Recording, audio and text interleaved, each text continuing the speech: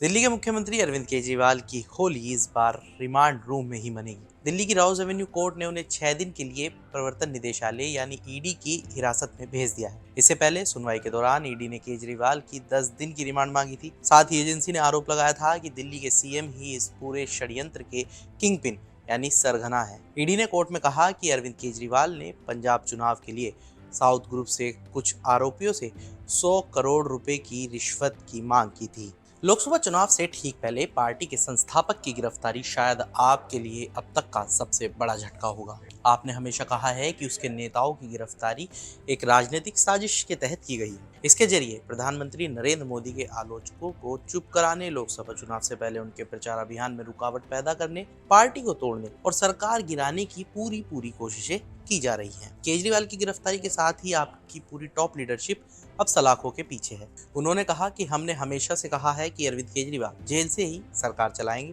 वे दिल्ली के मुख्यमंत्री बने रहेंगे।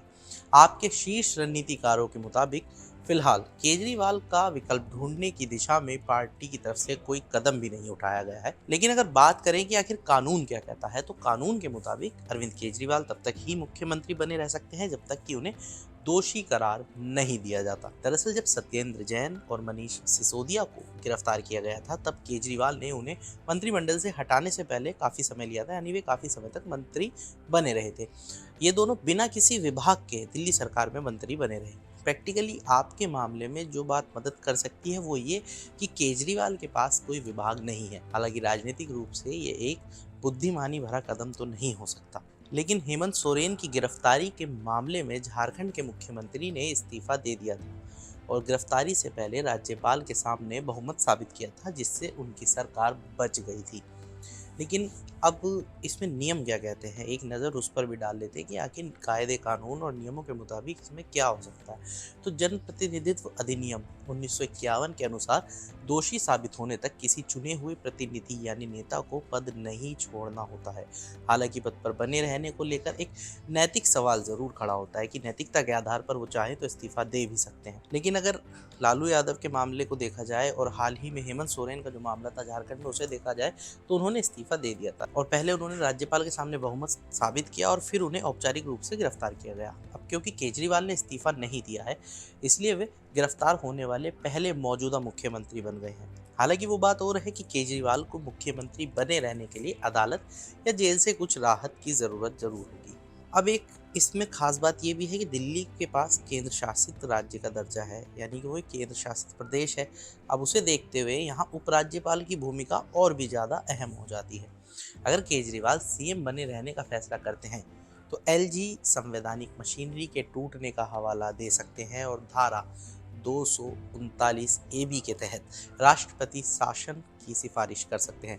उपराज्यपाल धारा 239 ए के तहत सरकार को बर्खास्त करने के लिए भी यही कारण बता सकते हैं। तो अब इसमें आम आदमी पार्टी के पास आगे क्या रास्ता है? अब अगर देखा जाए तो आपके राज्यसभा सांसद जो है संजय सिंह, वो अक्सर असंतुष्ट विधायक या नाराज जो विधायक होते थे और कार्यकर्ता होते थे, उनके लिए पार्टी के एक फायर फाइटर की तरह काम करते थे और संकट मोचन की तरह रहते थे। अभी वो भी सलाखों के पीछे हैं। अब उनके ना होने के बाद ये भूमिका कौन निभाएगा, ये भी एक बड़ा सवाल है। और आपके मंत्री हैं गोपाल राय, जो ना सिर्फ कैबिनेट में सबसे सीनियर मंत्री हैं बल्कि आपकी स्थापना के दिनों से ही वो पार्टी के साथ हैं।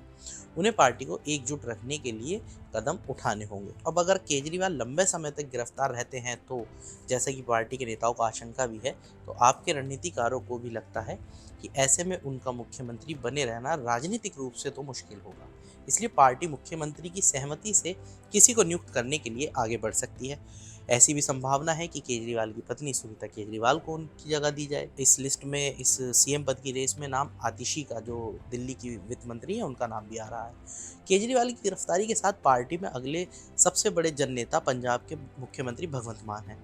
मान से ये भी उम्मीद की जाती है कि वे गुट को एकजुट रखने और पार्टी के अभियान को आक्रामक मोड में रखने की बड़ी भूमिका निभाएंगे। अब लोकसभा चुनाव सिर पे है, ऐसे में केजरीवाल पहले ही दिल्ली, हरियाणा, पंजाब और गुजरात में पार्टी का अभियान शुरू कर चुके हैं। आप 23 सीटों पर चुनाव लड़ रही है। अब सबसे बड़ा सवाल ये है, पार्टी का सबसे बड़ा जो चेहरा है, जो लीडर है, वही सलाखों के पीछे है। तो क्या पार्टी के दूसरे रैंक यानी 2 नंबर के रैंक के जो नेता हैं, क्या वो इस अभियान को एज इट इज उसी रफ्तार से, उसी आक्रामकता के साथ चला पाएंगे? खैर, आपके राष्ट्रीय महासचिव संदीप पाठक हैं, उन्होंने एक ट्वीट किया है कि केजरीवाल की गिरफ्तारी बीजेपी के लिए महंगी साबित होगी। पंजाब में आपकी जबरदस्त जीत के पीछे पाठक का ही हाथ। यही वो व्यक्ति हैं जो इंडिया ब्लॉक के विपक्ष का जो इंडिया गुट है उसके भीतर पार्टी के प्रमुख वार्ताकार रहे। आपको उम्मीद है कि ये केजरीवाल की गिरफ्तारी और आपके दूसरे नेताओं की गिरफ्तारियों को एक बड़ा चुनावी मुद्दा बनाएंगे। ये सब लोग मिलकर पार्टी को उम्मीद है कि लोग उसका समर्थन करेंगे, क्योंकि केजरीवाल एक जन नेता है और उन्हें राष्ट्रीय राजधानी में बड़ा समर्थन हासिल है। लेकिन फिलहाल तो आपके लिए चुनौतियां कई गुना बढ़ती नजर आ रही हैं।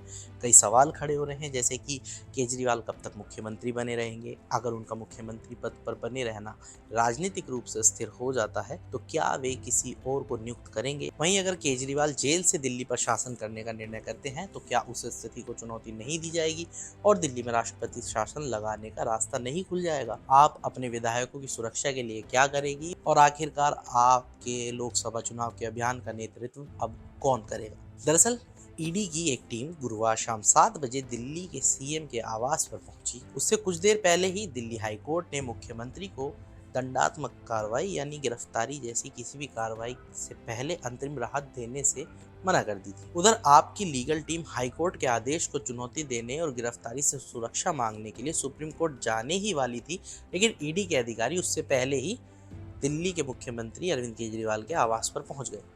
उन्होंने 2 घंटे की तलाशी और पूछताछ के बाद मुख्यमंत्री को गिरफ्तार कर लिया। तो आज के इस वीडियो में इतना ही। बाकी तमाम बड़ी खबरों के लिए जुड़े रहिए मनी कंट्रोल हिंदी के साथ। आप हमारे यूट्यूब चैनल को सब्सक्राइब करें, फेसबुक पेज को लाइक करें और अब व्हाट्सएप के जरिए भी आप हमसे जुड़ सकते हैं। व्हाट्सएप चैनल का लिंक आपको हमारे कमेंट बॉक्स में ज़रूर मिल जाएगा। तब तक के लिए धन्यवाद।